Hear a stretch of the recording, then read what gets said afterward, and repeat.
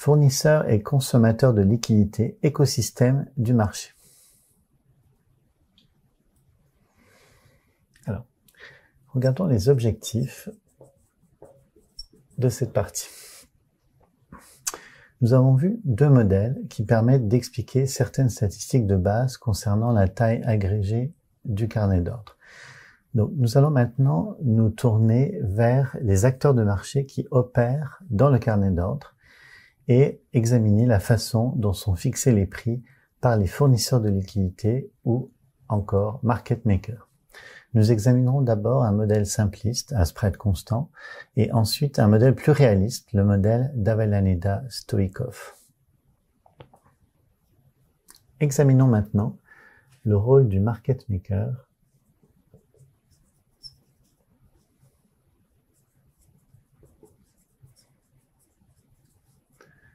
comme fournisseur de liquidités.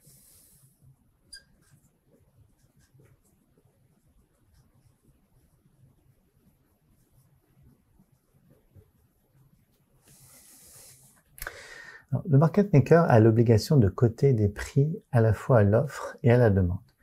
Donc par simplicité, nous allons supposer dans toute la suite qu'il n'y a qu'un market maker dans le marché et qu'il ne publie qu'un seul prix à la demande bid et à l'offre ask.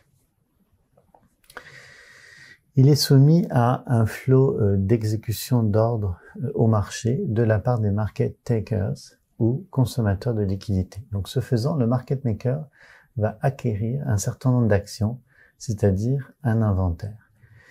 S'il a acheté beaucoup d'actions par exemple, tout mouvement des cours à la baisse constitue un risque de dépréciation de son inventaire et donc de perte financière. Le market maker réajuste alors en permanence son bid et son ask. En effet, il doit réagir au marché, mais il doit aussi contrôler son inventaire.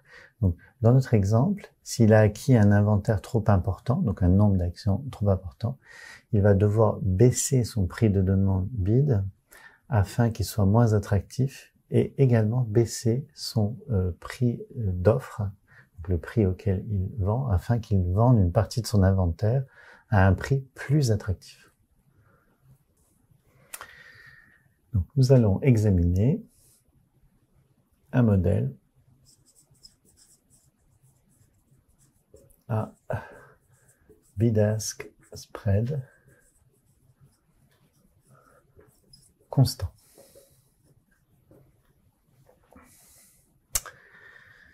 Alors, nous ferons tout d'abord l'hypothèse simplificatrice que le prix médian de l'action, ST ou prix mid, est un brownien, donc DST égale sigma DWT. Les ordres marché venant des consommateurs de liquidités vont frapper le market maker avec un taux de poisson, donc DNTB pour bid, DNT ask pour ask, processus de poisson, et avec un taux lambda qui est donné par A exponentielle moins K delta T. Donc A et K sont ici des constants qui représentent la qualité de la liquidité du marché, et delta est le demi-spread bid-ask, supposé ici constant. Donc on rappelle que ce modèle de poisson signifie simplement que dans un intervalle de temps delta t, la probabilité d'avoir un ordre marché du côté bid ou ask est lambda fois dt, delta t. Comme annoncé précédemment, le bid-ask spread est supposé constant et noté 2 delta, donc delta le demi-spread, et on le suppose aussi symétrique avec les relations qu'on a ici.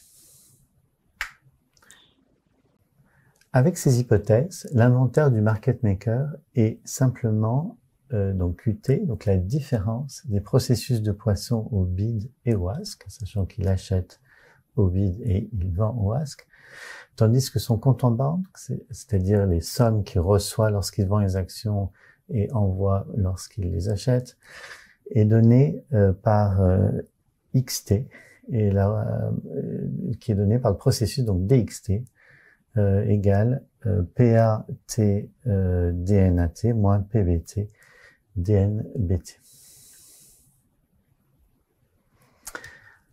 implémentons maintenant ce modèle en Python. On va avoir besoin de variables aléatoires uniformes ici pour simuler les processus de Poisson. Et comme indiqué, on a une probabilité lambda delta t de recevoir un ordre marché de chaque côté offre et demande. Donc on a gardé ici la possibilité d'avoir des lambdas différents du côté offre et demande, car cela nous resservira dans un deuxième modèle, mais ici, lambda A était supposé égal lambda B.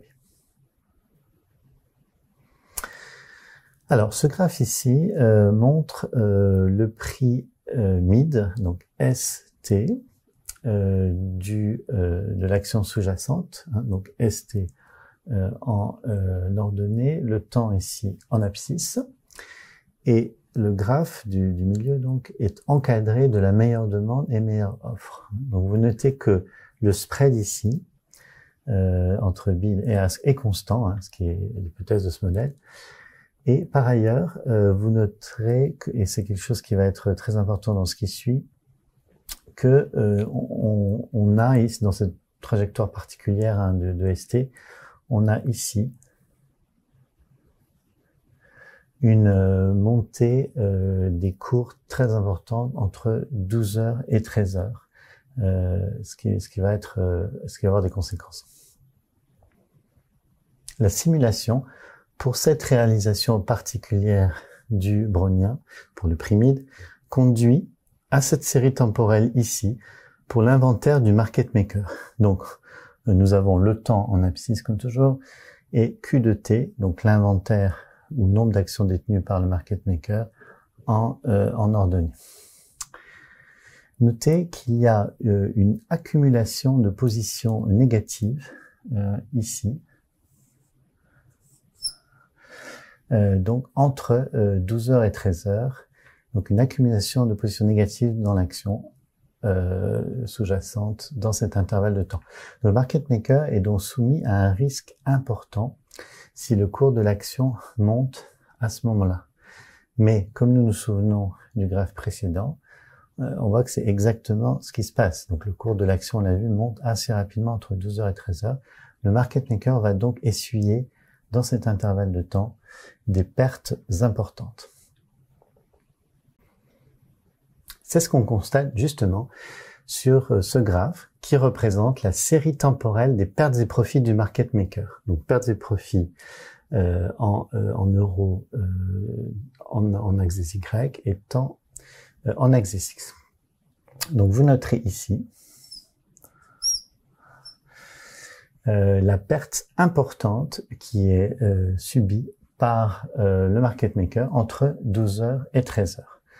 En dehors de cette période, il est soumis aux fluctuations de prix, mais comme vous le voyez, hein, il gagne une certaine fraction du spread par transaction, donc globalement, il va être profitable.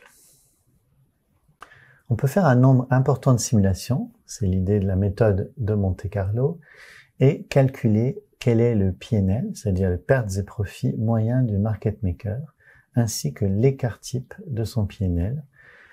Tout ceci pour différentes valeurs du demi-spread delta en fixant toutes les autres constantes. On trouve ces courbes avec donc en abscisse delta, donc le demi-spread bid-ask, et en ordonnée, on a cette courbe ici qui représente donc le PNL moyen sur toutes les trajectoires du market maker, donc en dollars ici, et cette courbe-là qui représente l'écart type du PNL du market maker. Donc ce qu'on voit sur cette courbe hein, du PNL moyen, c'est que il y a un spread optimal qui représente donc un maximum global pour le PNL moyen du market maker ici. Alors, ceci ne doit pas nous surprendre. En effet, si on a un demi-spread qui est trop petit dans cette région, le market maker ne peut pas engranger de grands profits, car s'il fait un achat-vente et que le prix mid ne bouge pas suffisamment durant cet achat-vente, alors son profit va être simplement 2 fois delta. Donc vous voyez que le profit unitaire de cet aller-retour, de cette transaction, va être très faible dans cette région. À l'opposé, si on est dans cette région, donc avec un spread trop grand, eh bien, vous avez des transactions qui sont trop peu fréquentes, car on se souvient que la probabilité de recevoir un ordre au marché, donc la probabilité pour le market maker d'avoir une transaction, est proportionnelle à exponentielle moins k fois delta, et donc on a très peu de probabilité d'avoir des transactions dans cette zone-là.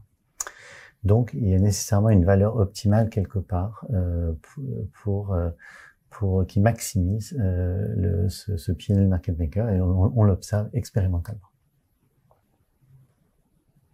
Le ratio de Sharpe est le quotient entre le profit moyen du market maker et son écart type. C'est une mesure commode de profit ajusté du risque, ou, si l'on préfère, du profit par unité de risque. Il s'agit donc d'une mesure de profit normalisée qui est très utilisée en finance quantitative. Donc on l'a tracé ici, ce ratio de Sharpe, dans le modèle qu'on a simulé. Et donc toujours en axe des X, on a delta, hein, donc le demi-spread vers le demi-spread, et en axe des Y, ce fameux ratio de Sharpe, mu sur sigma, PNL moyen divisé par son écart type.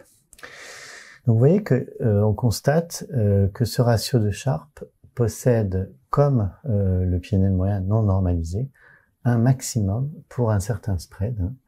Vous voyez dans cette région ici. Donc il y a un certain spread qui maximise le ratio de Sharpe. Alors la raison de ce phénomène est la même que précédente, lorsqu'on a parlé du profit optimal et examiné les différentes régions pour delta faible et delta élevé. En conclusion, ce modèle simpliste à spread constant ne permet pas au market maker de contrôler son inventaire. Il peut accumuler des positions et essuyer des pertes importantes lorsque le cours de l'action va dans le sens opposé à ses positions. Donc le Sharpe qu'on va trouver, donc le ratio entre le profit et le risque, va être peu élevé car le risque sera important pour un niveau de profit donné. Le market maker va donc être conduit à devoir intégrer un levier de contrôle supplémentaire en laissant le market maker faire varier son spread en fonction de son inventaire. On verra que ce deuxième modèle conduit à une vision plus réaliste de l'activité du market maker. Nous allons donc maintenant nous intéresser à un modèle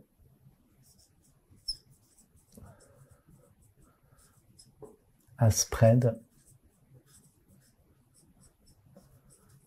variable.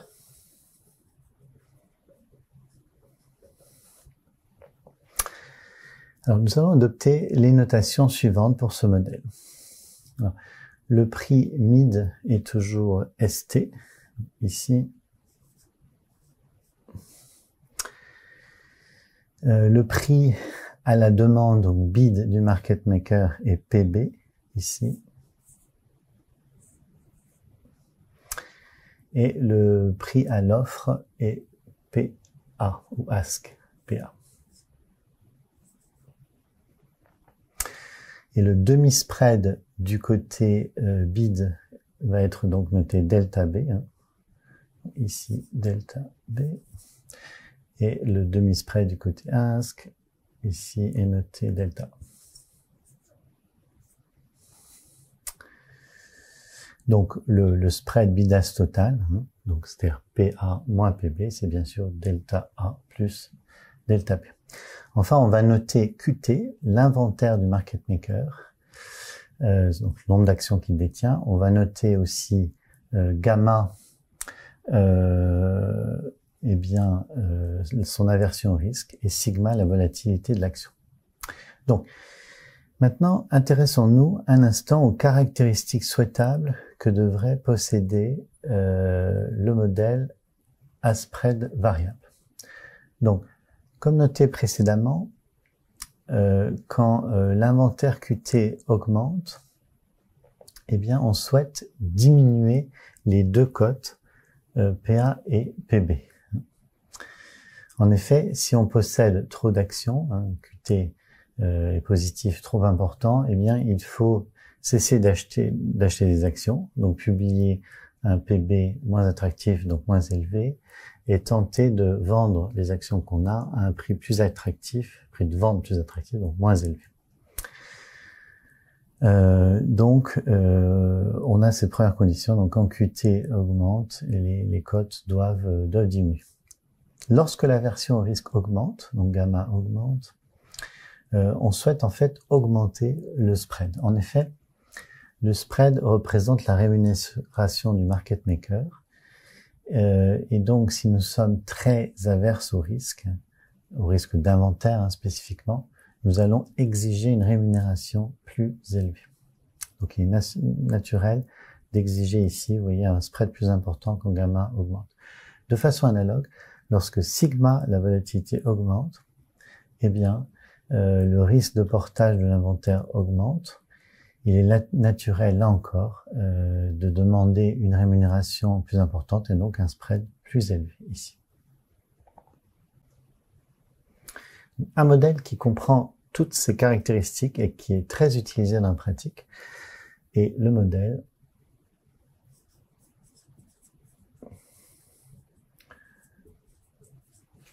d'Avellaneda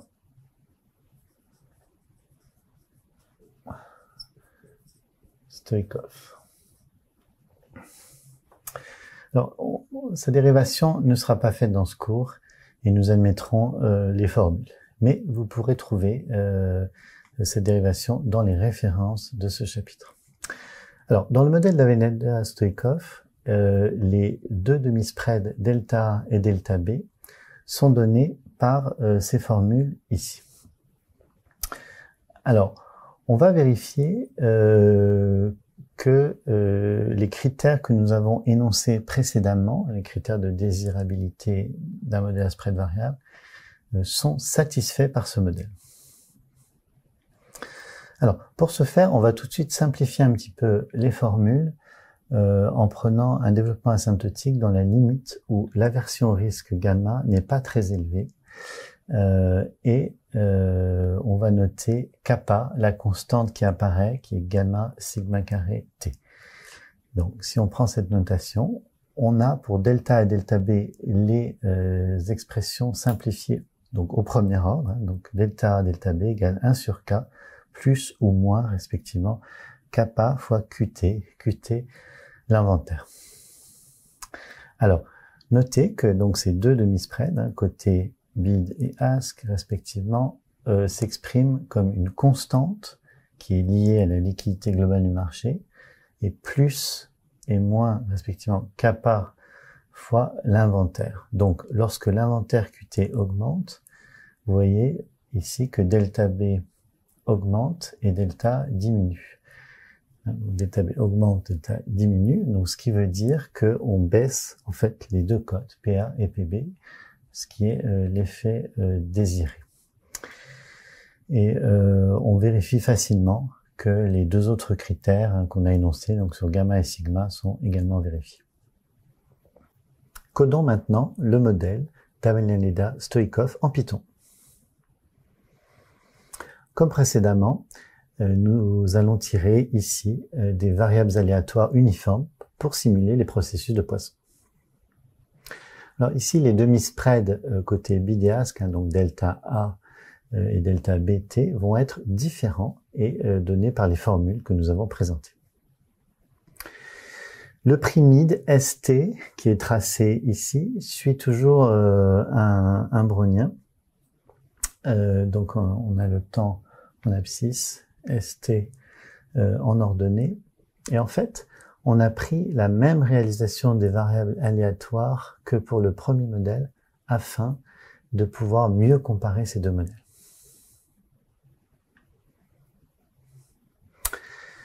Mais alors, on notera ici, donc temps en abscisse et spread en ordonnée, valeur des demi-spreads delta et delta B, on a deux courbes, delta A, delta B, et la courbe du dessus, c'est la somme delta A et delta B.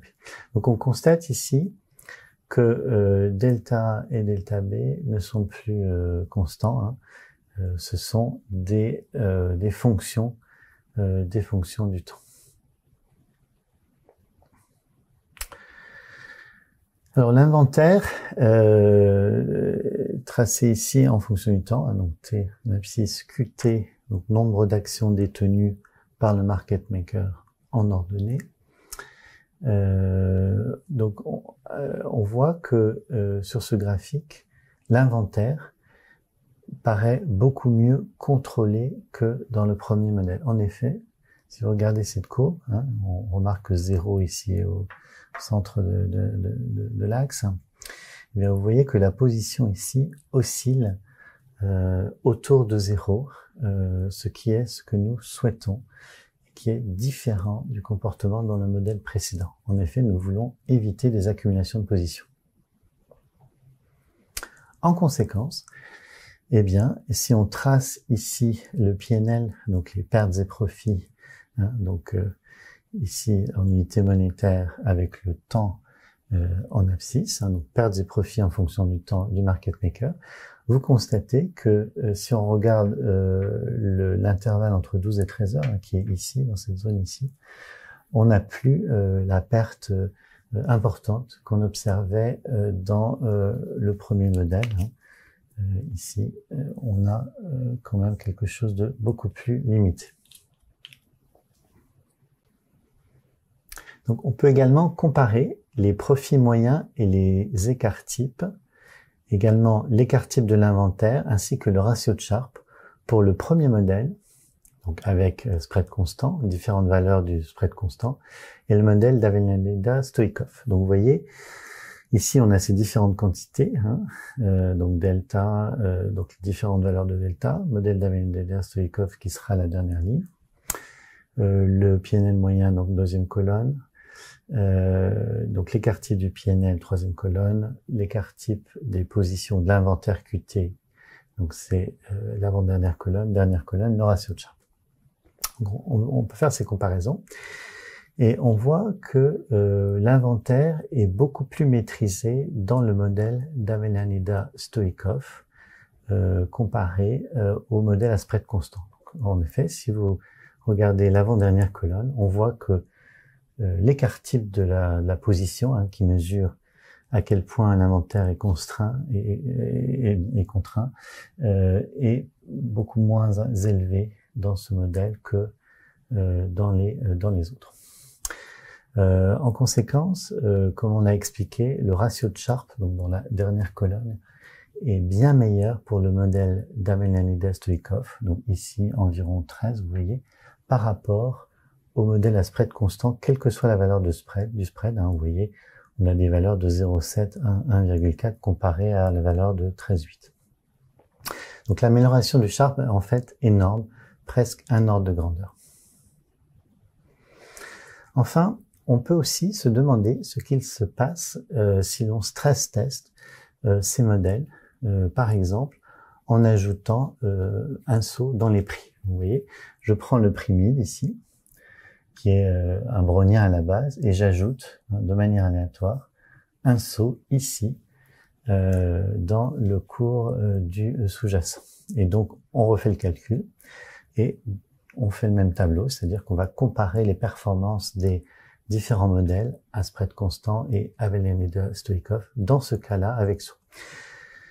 Donc, ce qu'on constate, c'est que, bien sûr, la performance de tous les modèles se dégrade, hein. C'est aisé à comprendre, puisque le market maker va typiquement réagir de manière adverse à un saut dans son inventaire. En revanche, ce qu'on voit ici, c'est que le modèle d'Avellaneda-Stoïkov résiste le mieux, hein, avec un Sharpe de 5.5 par rapport aux autres modèles, quelle que soit la valeur du spread. Tirons maintenant quelques conclusions de cette étude. Donc, nous avons vu que le modèle à spread constant est trop simpliste et ne permet pas de contrôler l'inventaire du market maker, ce qui est dans la pratique absolument indispensable. A contrario, le modèle d'Avellaneda-Stoïkov permet, lui, de contrôler cet inventaire. Donc, le ratio de Sharpe du deuxième modèle est bien meilleur. On peut en fait, sous certaines hypothèses et en utilisant le contrôle optimal stochastique, démontrer que le modèle d'Avellaneda-Stoikov correspond à un processus de décision optimal de la part du market maker, ce qui explique ses bonnes performances. Qu'avons-nous appris dans ce chapitre 1.2?